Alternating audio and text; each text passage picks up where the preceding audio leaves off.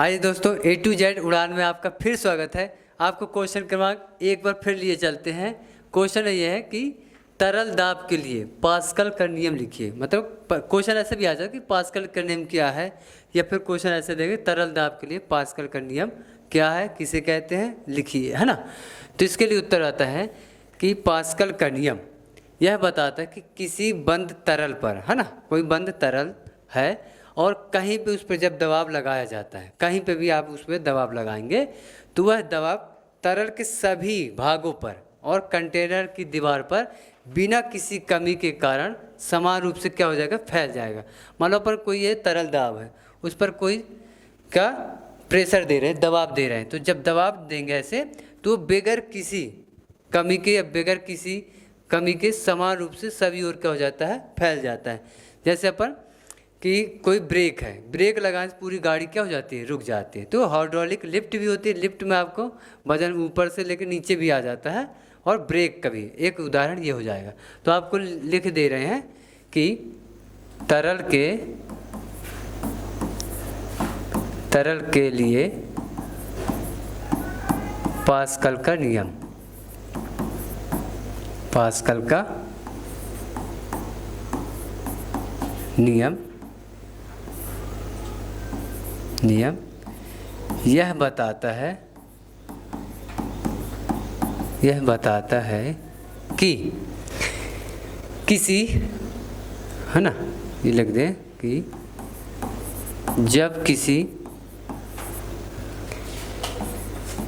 बंद तरल पर, ठीक है, बंद तरल पर कहीं भी दबाव लगाया जाए, कहीं भी दबाव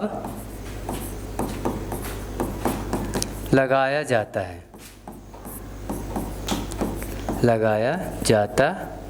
है तो वह दबाव,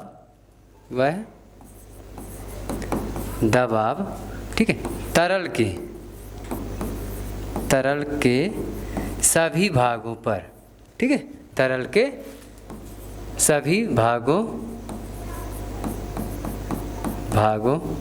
पर बिना किसी कमी के, बिना किसी कमी के समान रूप से संचरित हो जाता है या फैल जाती है, संचरित होता है या फैल जाता है। उसके उदाहरण है,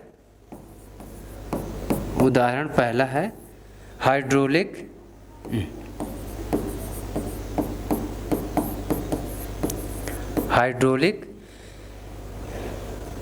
लिफ्ट, और दूसरा आ जाएगा हाइड्रोलिक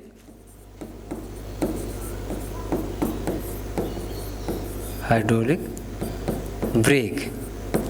और दोस्तों एक और बात यह है कि जो पास्कल का नियम होता है वह केवल बंद तरल पर ही निर्भर करता है। यह आपका लास्ट पॉइंट रहेगा कि पास्कल का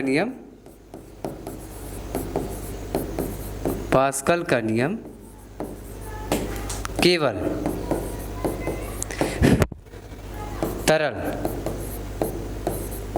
तरल पदार्थ पर ही निर्भर करता है।